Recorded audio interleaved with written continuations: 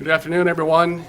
We appreciate you joining us today. My name is Adam Mayberry. I'm the lead PIO for the incident management team that's responding to the COVID-19 pandemic crisis here in Washoe County. We're continuing to practice social media inside this media briefing room at the podium at a time. This is also our attempt to hold at least one weekly press conference each week on timely topics that we know are important to you as those that are reporting the news to our citizens. We're going to hear from the interim superintendent, Krista McNeil of the Washoe County School District.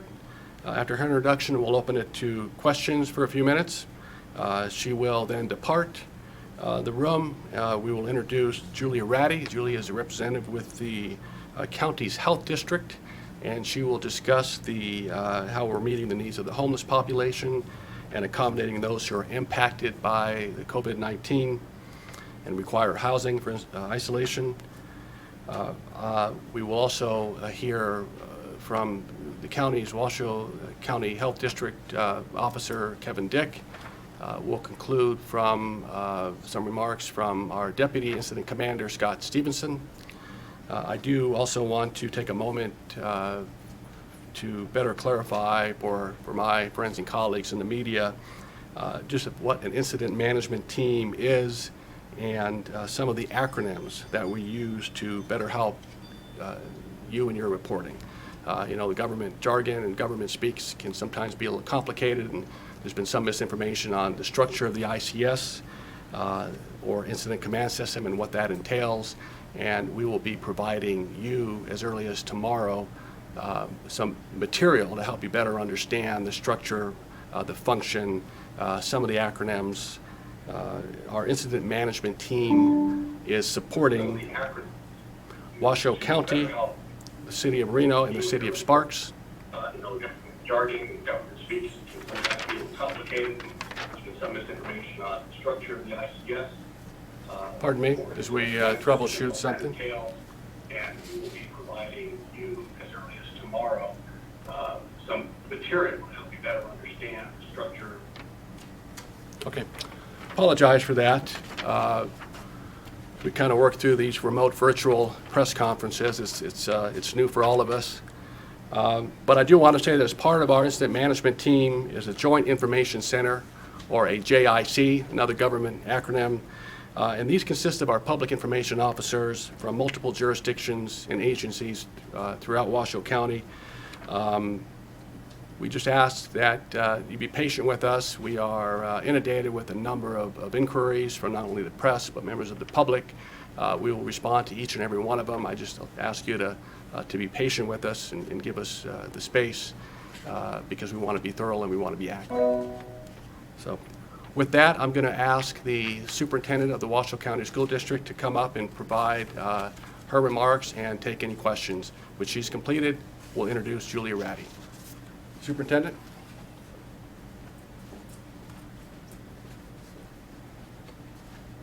Thank you very much. Good afternoon. I'm Dr. Krista McNeil, Interim Superintendent for the Washoe County School District. I deeply appreciate the opportunity to update our entire community on our distance learning program, which started today. All of us at the Washoe County School District are working hard to continue to make sure education of our 64,000 students is front and center under these extraordinary circumstances.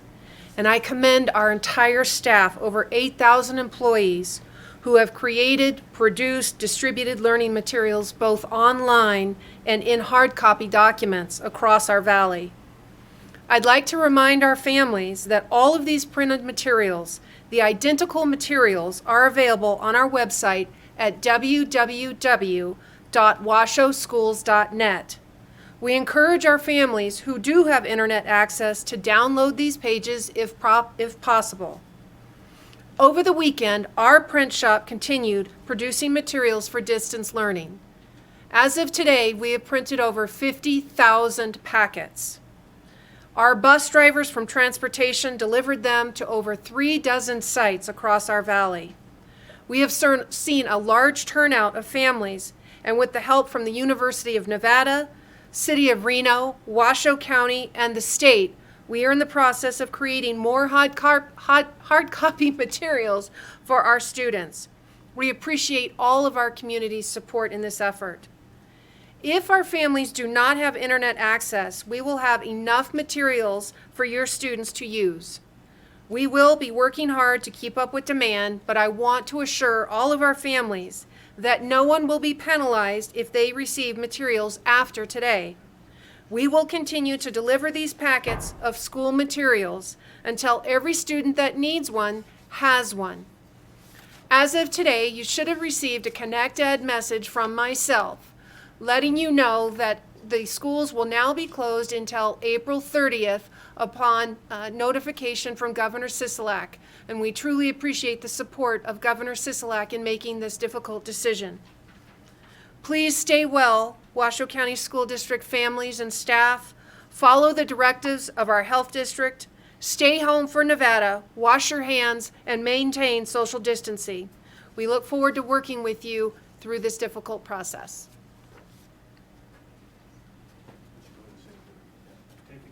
Oh, and any questions, please?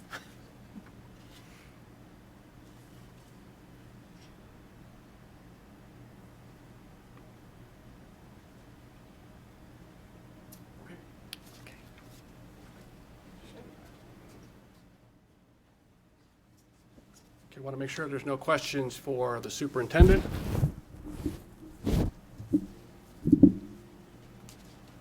Okay, thank you, Superintendent McNeil. We appreciate you coming up and providing an update for us. Pleasure to introduce Julia Ratty. She is an employee with the Health District who has been identified as the lead to address some of our issues unique to the homeless population. Her role has been to coordinate actions among the city, county, health district, and our nonprofit partners who work with this segment of our population. She's also worked directly with the Human Services Agency to develop the process for providing housing to any COVID-19 symptomatic or COVID-19 positive individual who is unable to safely isolate at home. And she'll have some remarks and be available for questions as well. And as most of you know, Julia Ratty is also one of Northern Nevada's state senators. In this capacity, she is representing the health district. Julia?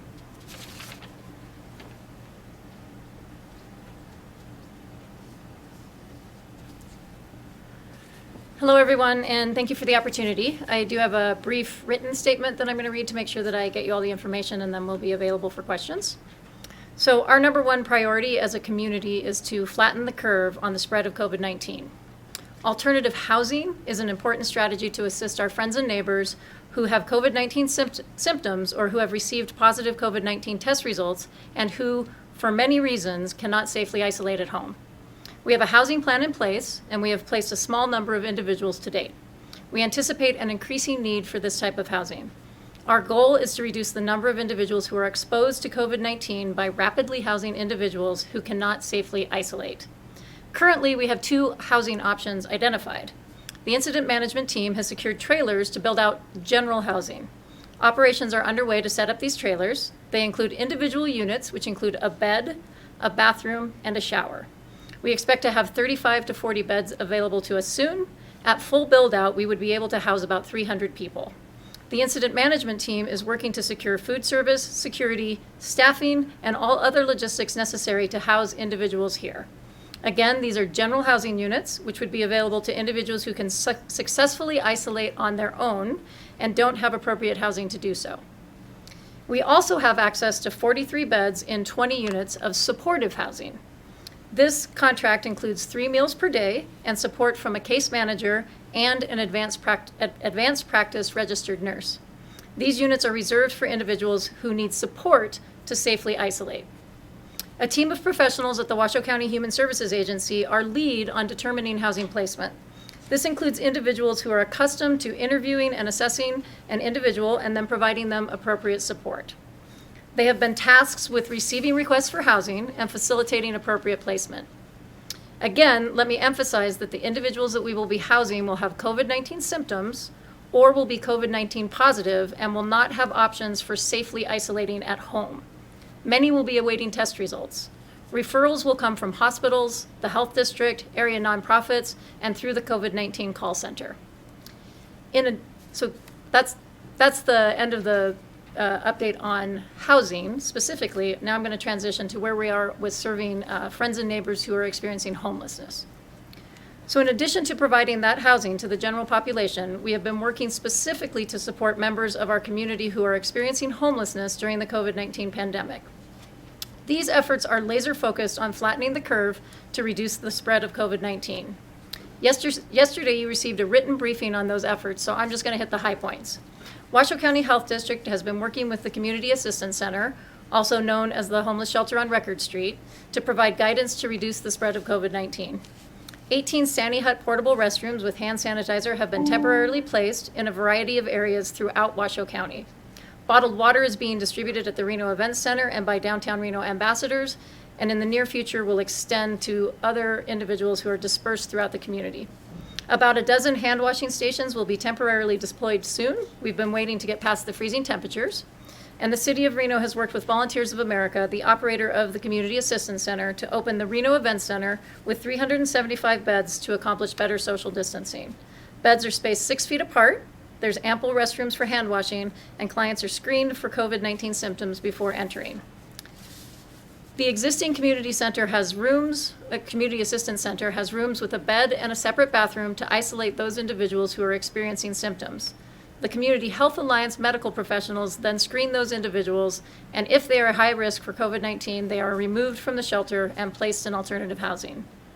Approximately 35 individuals and 20 families remain at the Record Street shelter. Families who are experiencing homelessness with children remain in individual units within the Record Street complex. Food service providers have moved from sit-down dining to boxed meals that can be taken from the premises, and everyone is working to manage the lines to encourage greater social distancing. Ambassadors and nonprofit field staff are out in the community distributing information to make sure everyone has the information that they need to stay safe and know how to access services. I want to end on a moment of gratitude. I want to take a minute to thank the many community heroes who are doing tremendous work at this time. I am proud to work with the professionals at the Health District, Washoe County, City of Reno, and City of Sparks. They continue to do the difficult work of making sure our community has access to critical services despite this emergency. There are social workers, health specialists, housing managers, administrative assistants, cleaning staff, and many others who have made sure that we as a community have the support and information that we need. I'd also like to recognize the amazing nonprofit and community partners and their employees who are still out there in the field providing services to vulnerable populations. Volunteers of America, Catholic Community Services of Northern Nevada, Reno Sparks Gospel Mission, the Community Health Alliance, Foundation for Recovery, Reno Initiative for Shelter and Equality, Food Bank of Northern Nevada, WellCare, the Downtown Improvement Association, and many, many others that I'm sure that I'm leaving out, have been on the front lines to help those in need. We owe them all a deep debt of gratitude. With that, I'm available to answer questions.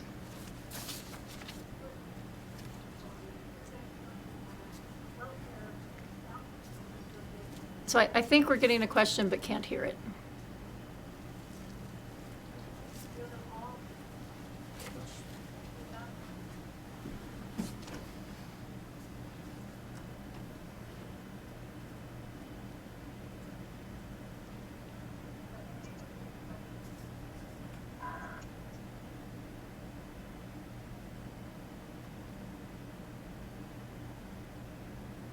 Can I ask a question?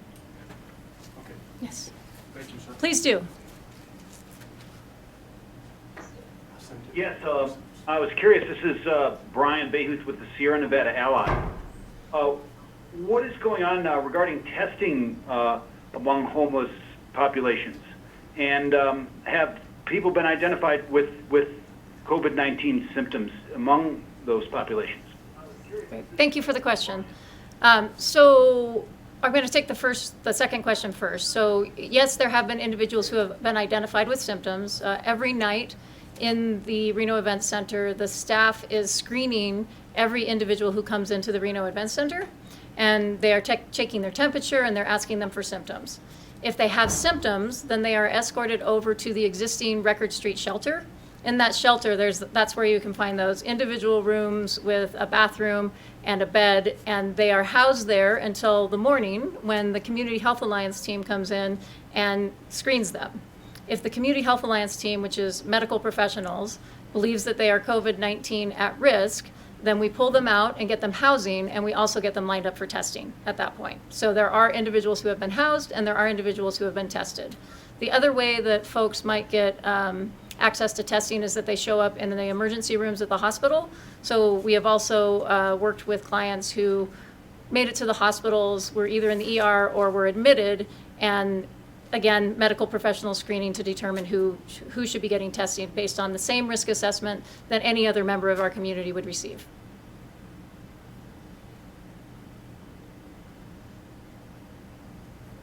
Are there additional questions? This is Kolo Tucci. So the trailers that you have established at Edison and Mill, is there going to be security to enforce a quarantine, or what's the situation on that? Great, thank you for the question. I appreciate the opportunity to clarify that because that is a question that we get a lot. So both with all of our friends and neighbors who can't safely isolate at home. So that might be an individual who's experiencing homelessness. It might be a college student who is COVID-19 positive, lives at home with mom and dad, but grandma is also there and has underlying conditions, and so they can't safely isolate there. So we could have various placements, some in supportive housing, some in general housing. Just like with the general population who is able to isolate safely at home, we don't have the ability to tell people that they can't leave. We are asking for cooperation. We are providing people supportive services so that they can cooperate. So again, in the supportive housing model, there's a caseworker there who would be working with individuals. But at the end of the day, if somebody decides that they want to leave, there's not a lot that we can do to stop them. It is our sincere hope, of course, that folks will stay. And certainly if we get the vast majority of people complying, which is what we expect, that will dramatically flatten the curve.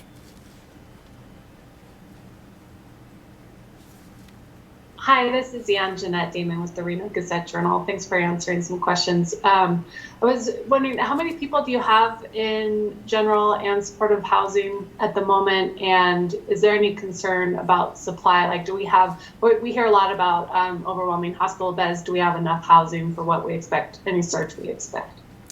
So we just have a couple of people, and the only reason I'm pausing to give you a exact number is because there were folks being housed this morning as I left, and I don't have the final numbers on those, but it's going to be probably four or less. Currently, they are all housed in the supportive housing option because the general housing option, which would be the trailers, have not come online yet. Again, we have 20 units available in that supportive housing, 43 rooms. And so once we have multiple COVID-19 positive individuals, we could have folks doubling up in rooms. So we have 43 beds there. And then the other 300 should come online soon. We're hearing that somewhere between 35 and 40 will be released in the near future. So at this point in time, we do have adequate housing. Just like every other part of this pandemic, we are expecting an upturn. And so we are doing everything that we can to be prepared to make sure that we have additional housing.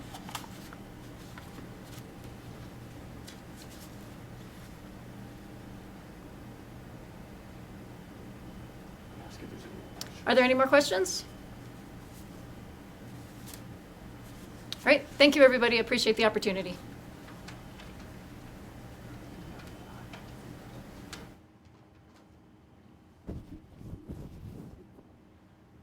Thank you, Julia. Would like to now bring up the Health District Officer, Kevin Dick. Thank you.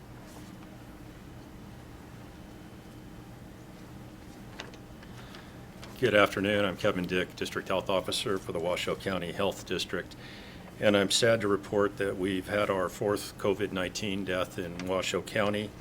The resident was a male in his 40s with an underlying health condition. On behalf of the Health District, we offer our condolences for the family and loved ones for this tragic death that has occurred. Yesterday, we reported 22 new cases of COVID-19 in Washoe County and 3 additional recoveries. That brought our COVID-19 cases in Washoe County to 143, our recoveries to 13. We have 126 active cases. We have 20 of those cases are residents that have been hospitalized, and we'll have an updated case count later today. I'm happy to take any questions. Are there any questions? Hi, this is Anjanette Damon. I heard you earlier being briefed on the question I had submitted by email regarding your decision not to brief the incident command call this morning. Would you like to address that? Yes, I was disappointed that I didn't have the opportunity to brief this morning because unfortunately the briefing that was a private briefing for me to provide updates on where we were, discussions that were internal deliberative processes in our response to this were made available. I was recorded without my knowledge that then appeared in the media. So I decided that since it wasn't scheduled as a media briefing, that I would not be providing that information in that format for the media. Did you provide that information to the emergency commanders and others working on this crisis in a different format? I'm not going to comment on that.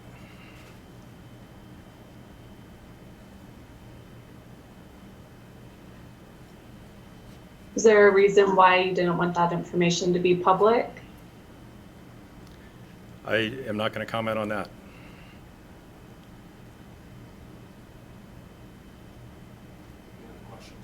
Are there any other questions? Who else, this is Siobhan from the RGJ, who else is doing testing? We've heard that St. Mary's is doing it, Renown is doing it, the health district's doing it. Who else is doing testing, and where are those tests being sent? So we have various places in our community where testing is occurring. I believe you can add Northern Nevada Medical Center to that list as well. And the health district today conducted our first post. That was an expansion of the drive-through testing that we've been doing, where we collected samples for about 150 people was the plan there today. The tests that the health district collects are submitted to the state health lab. The hospitals are also submitting tests to commercial facilities, and I know that we have an effort. I can't give you the status today, but that Renown is working to establish a testing capability within their hospital as well.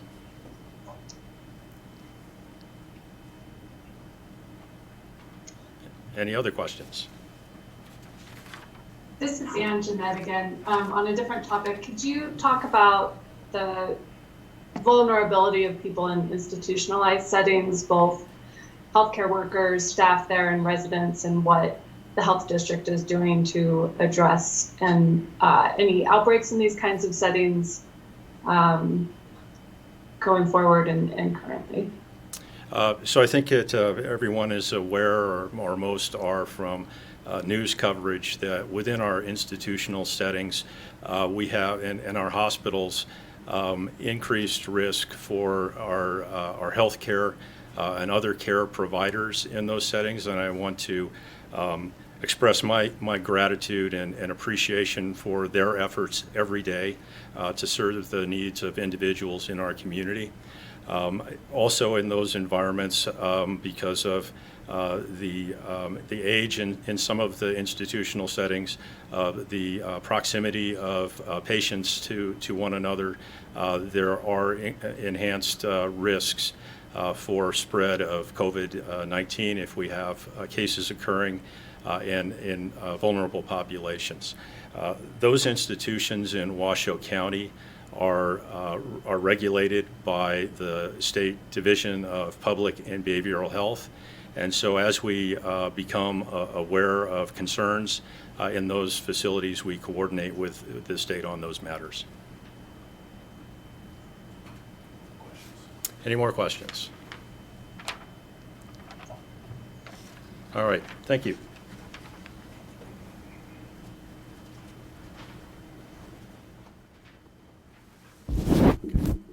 Thanks, Kevin.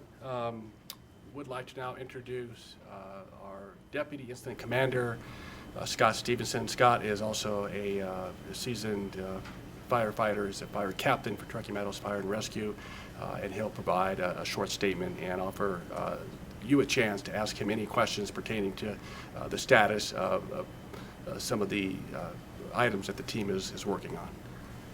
Captain Stevenson. Good afternoon, Scott Stevenson, Deputy Incident Commander with the incident management team that's in place here. First of all, I'd like to give our sincere condolences to the families that have been affected by this outbreak, pandemic. The team continues to work with the cities and the county and the health district to provide both planning and logistical support during this response. That includes the housing that you've already heard about today, and such as things like PPE for first responding agencies and such. Thank you for allowing us to give you some information today. Is there any questions?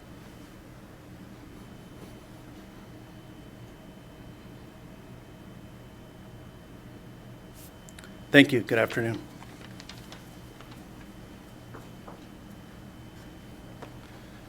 Okay, thank you, Captain.